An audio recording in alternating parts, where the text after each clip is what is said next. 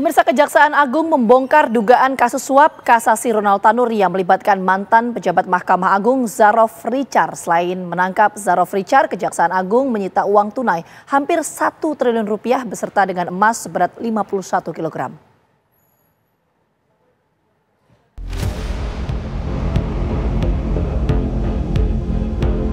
Penyidik Kejaksaan Agung menggeledah rumah mantan pejabat Mahkamah Agung Zarof Richard di Jimbaran, Kabupaten Badung, Bali pada hari Kamis. Dari pembongkaran termasuk berangkas, penyidik menemukan uang dengan jumlah fantastis 920 miliar rupiah dalam bentuk rupiah dan berbagai mata uang asing. Penyidik juga menemukan emas batangan seberat 51 kg dan catatan bertuliskan tangan terkait kasus Ronald Tanur.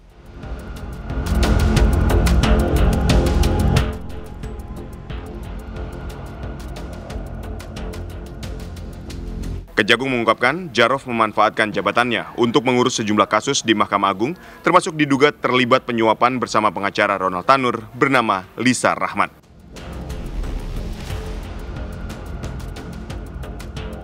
Lisa meminta Zarof agar mengupayakan Hakim Agung tetap memutuskan Ronald Tanur tidak bersalah dalam putusan kasasi.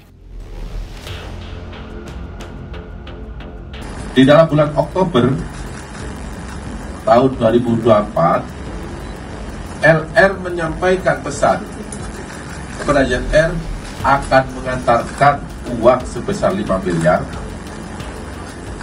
Uang tersebut sesuai dengan catatan LR, di dalam catatan ya, LR akan diperuntukkan atau diberikan kepada ZR adalah untuk Hakim Agung atas nama S, atas nama A, dan atas nama S lagi yang menangani perkara kasasi Ronald Tanur. Zarof Richard merupakan mantan Kepala Badan Diklat Hukum dan Peradilan Mahkamah Agung. Kejaksaan Agung mengungkapkan uang dan emas sitaan senilai 1 triliun rupiah merupakan hasil pengurusan perkara selama Zarof aktif di MA dari tahun 2012 hingga 2022. Lantas, dari mana asal-muasal uang 1 triliun rupiah yang menumpuk di rumah mantan pejabat MA ini? Dari Jimbaran, Bali dan Jakarta, tim TV One mengabarkan.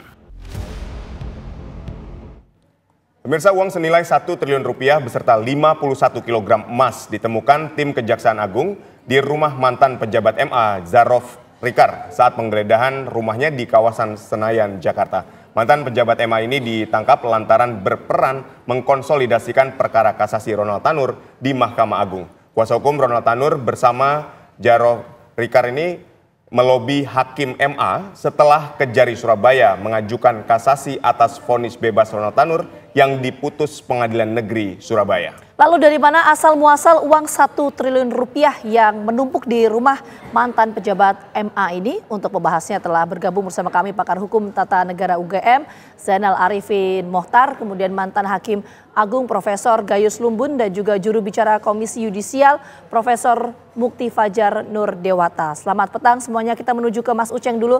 Mas Uceng, kalau kita lihat adanya uang senilai 1 triliun rupiah ini, bagaimana proses untuk penelusuran asal-muasal uang ini, termasuk aliran dananya? Satu, yang pertama kita harus kasih catatan ya, bahwa kasus ini sebenarnya menunjukkan betapa kekuasaan kehakiman kita masih banyak jual beli di dalamnya, masih banyak permainan di dalamnya. Walaupun pada saat yang sama pengungkapan ini menjadi menarik. Dari mana asal-usulnya? Karena kalau dikaitkan dengan kasus Ronald Tanur, saya kira tidak sebesar itu yang dibicarakan maupun yang diperjanjikan gitu. Nah, maka menarik untuk melihat bagaimana proses kejaksaan melakukan penangkapan ini, pengungkapan perkara ini. Karena kan saya khawatir ini malah berujung ke arah proses yang tidak proses pra-peradilan atau proses-proses yang menolak proses pengungkapannya oleh Kejaksaan Agung ya. Tapi kalau kita lihat kan yang bisa disangkakan secara langsung berkaitan dengan perkara korupsi tentu saja jumlah uang yang dijanjikan ke Ronald Tanur. Nah, selebihnya itu pasti menjadi catatan. Artinya begini, artinya dibutuhkan bukan sekedar Kejaksaan Agung saat ini menurut saya ya, eh, cara berpikirnya Kejaksaan Agung harus dibarengin sama apakah ada laporan serupa berkaitan dengan ini selama ini. Silahkan KY barangkali dan Mahkamah Agung juga mengungkapnya karena Mahkamah Agung masih juga bagian punya pengawasan, serta bagaimana menelusuri ke PPATK, bagaimana menelusuri ke berbagai lembaga lain ya yang punya kekuasaan, punya kewenangan dalam kaitan yang bisa bekerja dalam penelusuran uang ini. Tapi yang paling penting menurut saya sebenarnya adalah ini adalah gambaran potret sesungguhnya dari sebuah penegakan hukum kita. Bisa dibayangkan akumulasi dari 1 triliun itu kalau dirata-ratakan saja misalnya seperti dalam kasus Ronald Tanur yang dibicarakan 5 sampai 10 miliar ada pembicaraan itu, misalnya dirata-ratakan dengan semua kasus, berarti kurang lebih ada berapa ratus ya atau ada berapa ribu sebenarnya perkara yang dimainkan, yang dikerjakan oleh orang yang dicurigai dilakukan oleh oknum tersebut. Nah, maksud saya adalah lagi-lagi jangan sampai terpaku pada ke Ronald Tanur saja. Karena kan itu kalau terpaku ke Ronald Tanur, bahayanya adalah dengan seketika bisa banyak perdebatan berkaitan dengan hukum acara, berkaitan dengan proses pengungkapan, berkaitan dengan bagaimana jaksa mengerjakan kasus itu. Ya, karena tentu ada perdebatan secara mekanisme penggeledahan, lalu kemudian penahanan atau penanganan tersangka, ada banyak perdebatan di situ. Tapi sekarang kita harus berpikir di belakangnya.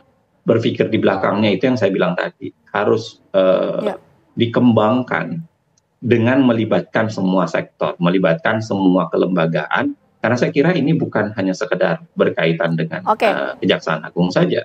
Ini berkaitan dengan KPK, kepolisian, PPATK, berkaitan dengan Mahkamah Agung, berkaitan dengan KY. Mari dibuka kembali. Bahkan saya kira KY bisa coba raba-raba deh. KY dan Mahkamah Agung yang bisa tadi kami tangkap dari Mas Uceng ini kasus-kasus. Yang tadi menarik yang disampaikan Mas Uceng, nilai 1 triliun rupiah ini kalau untuk kasus Ronald Tanur saja nampaknya tidak sebesar itu. Tadi Mas Uceng menyampaikan seperti itu. Saya mau menuju ke Prof. Gayus. Prof. Gayus, kalau kita melihat mengenai nominalnya 1 triliun rupiah ini, apakah potensinya untuk satu kasus saja atau seperti apa? Kalau menurut Prof. Gayus?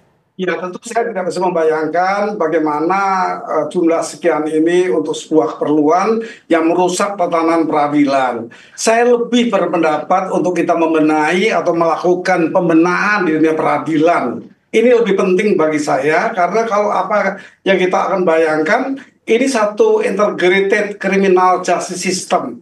Ini sangat luas kaitan-kaitannya, tetapi saya tidak fokus kepada pelaku yang memperantarain masalah ini. Saya lebih fokus pada hakim. Karena bagi saya penyidik boleh salah, penuntut umum boleh salah, tapi hakim tidak boleh salah. Termasuk tidak boleh menerima iming-iming dan sebagainya oleh semua pihak.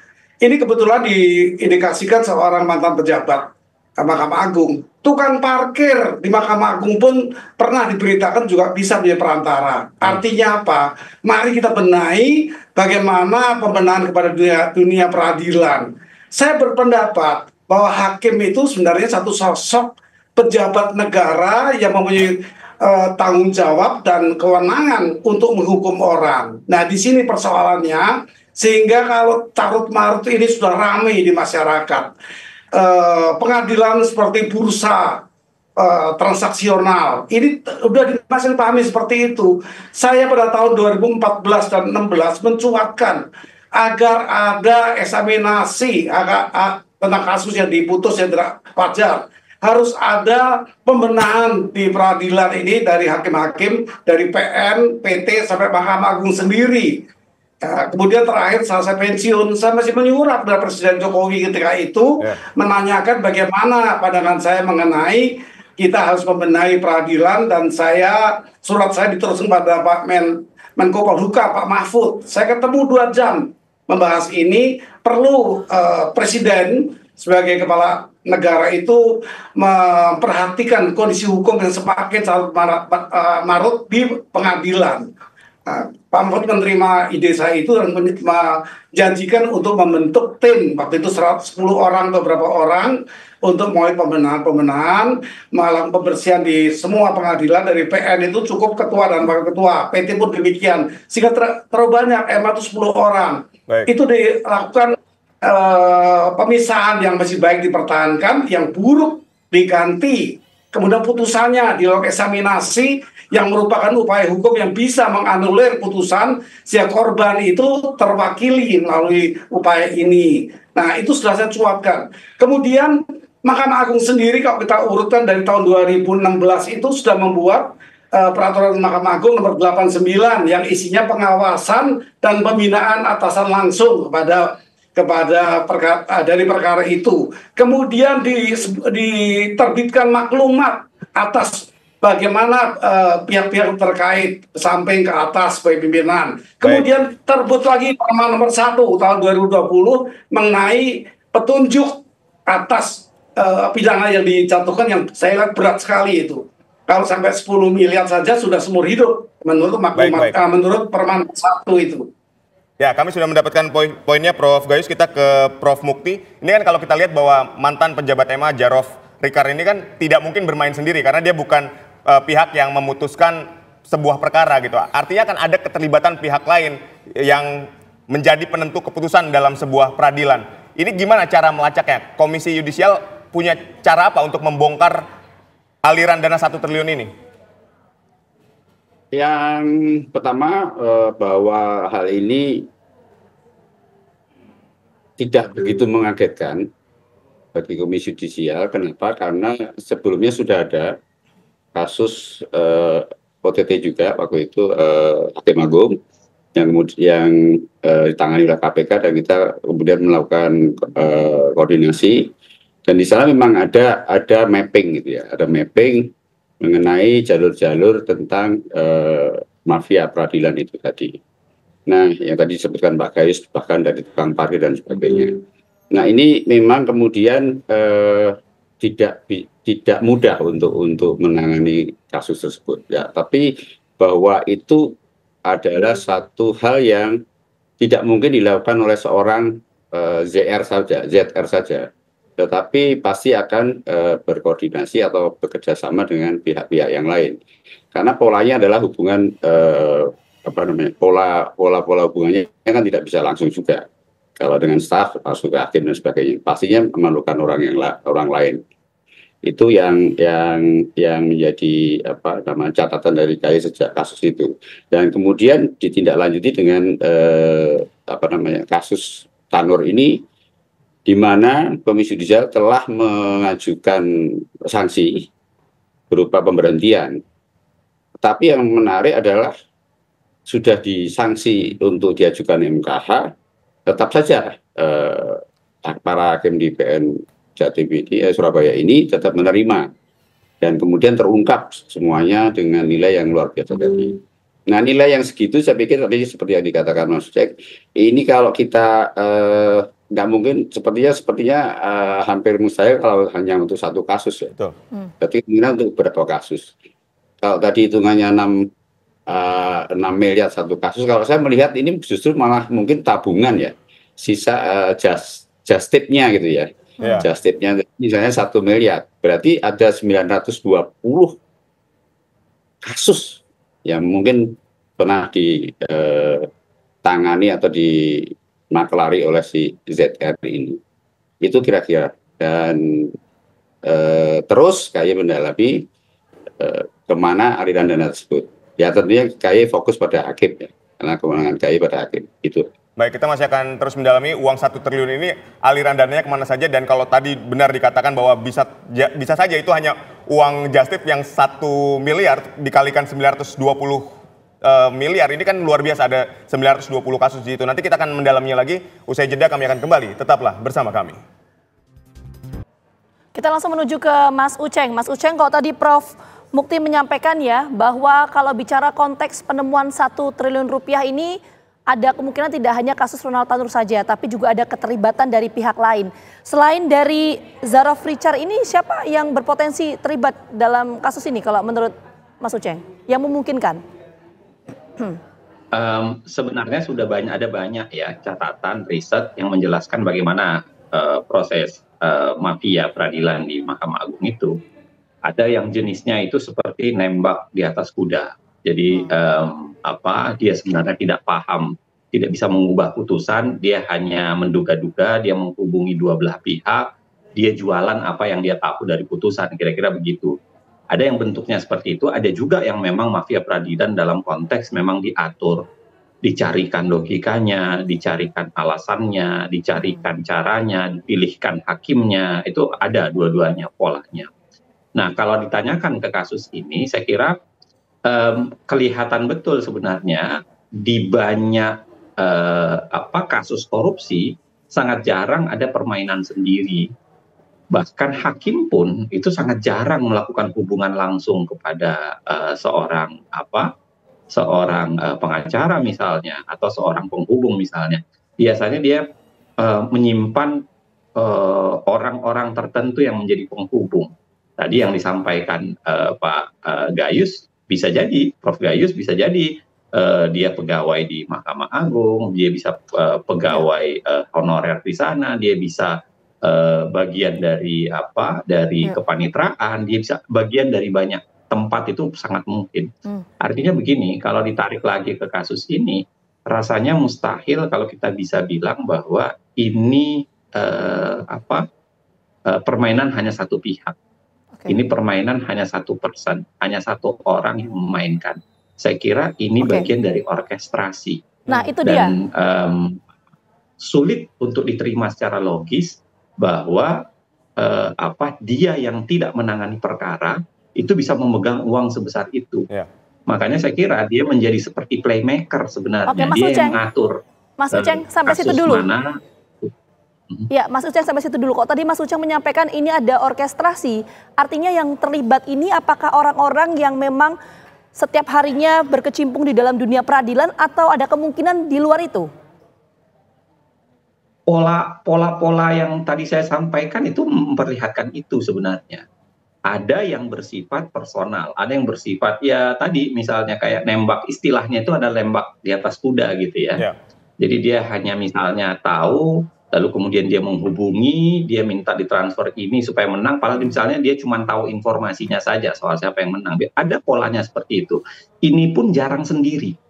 Karena tetap saja biasanya dia tidak langsung melakukannya, dia pakai perantara, dia pakai orang, dia pakai pihak tertentu gitu ya. Nah, apalagi ada kasus yang memang bagian dari proses orkestrasi, diaturkan siapa. Nah, kalau kita lihat dalam kasus ini, apalagi posisinya adalah jabatan yang cukup tinggi di Mahkamah Agung, saya kira pola orkestrasinya menjadi sangat besar kemungkinannya. Baik. Karena tidak mungkin kalau dia hanya bermain seperti nembak di atas kuda. Dugaan kita atau misalnya kemungkinannya adalah pola-pola yang kedua yang saya sebutkan itu tadi. Dia ngatur siapa yang menjadi, dalam kasus Ronald Tanur misalnya, makanya lahir sebuah putusan yang nyaris tidak masuk di akal. Gitu. Dan itu yang membuat kan KY sudah menjatuhkan sanksi sebenarnya, merekomendasikan sanksi. Betul. Konstruksinya itu sangat tidak masuk di akal gitu. Kok bisa ada sebuah peradilan, ada konteks keadilan, logikanya dibangun dengan cara itu. Nah, saya kira kalau ini ditarik ke belakang, dilihat satu persatu di banyak perkara, kemungkinan serupa akan terjadi. Karena dalam banyak perkara putusan Mahkamah Agung itu seringkali itu tadi logikanya kayak tidak jelas. Gitu. Baik, kami sudah mendapatkan poinnya, Mas Uceng. Kita ke Prof Gayus terlebih dahulu. Prof Gayus, ini tadi yang menarik Anda sampaikan adalah bahkan level juru parkir itu juga bisa memainkan perkara. Nah, ketika saat Anda menjabat sebagai Hakim Agung, apakah juga Anda pernah mendapat tawaran serupa dan bagaimana cara memutus rantai mafia peradilan ini? Ya, kalau saya pribadi penawaran itu ada saja ya, bahkan teman-teman yang di lembaga lain, dulunya saya pernah di DPR, saya juga pernah advokat. Tentunya upaya seperti itu ada. Tadi saya contohkan, kita off air tadi, sosok Bapak mantan almarhum, ya, Artijo Alkostar itu juga mantan advokat. Tentu beliau juga mendapat tantangan yang sama, tetapi kan kalau saya bicara diri saya tidak bisa untuk saya katakan saya seperti apa, bersih dan sebagainya. Tapi kalau kita merujuk bagaimana sosok Pak Artijo, publik tahu bahwa tidak mungkin beliau itu mau ada satu demand. Supply-nya tidak mungkin beliau lakukan. Ini kan ibaratnya satu proses dua pihak, demand and supply. Ini sangat tergantung hakim. Juru parkir pernah karena dia mengemudi seorang hakim agung yang kebetulan memegang banyak perkara, melalui dia itu bisa terjadi, dan terjadi ketika itu dibuktikan dengan suara-suara masyarakat yang menyebutkan dan sebagainya. Jadi kalau saya bicara kepada sebuah pelanggaran suap menyuap atau gratifikasi pada hakim sampai dengan hakim agung, itu tentu akan lebih tepat kalau hakimnya yang dipersoalkan, hakimnya yang sudah marak.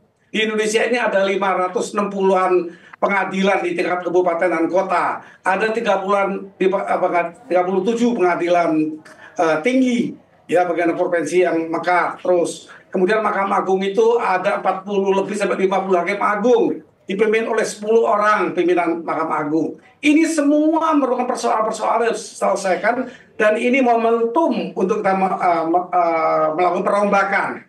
Dari mana perombakannya? Saya pikir saya seringkali usul setahun 2015 saya masih menjawab hakim agung. Mari kita evaluasi. Presiden berhak melakukan evaluasi, memisahkan yang masih baik diteruskan, yang buruk diganti.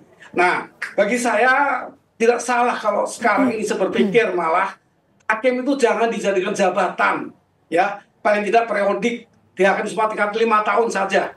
Kalau di Amerika Serikat tuh di distrik bagian di sana itu kan dipilih. Kita ini diangkat. Hakim-hakim itu diangkat, bukan dipilih. Artinya masih memilih juri yang betul-betul kredibel. Ini kan tidak. Oleh karena itu patut dibatasi.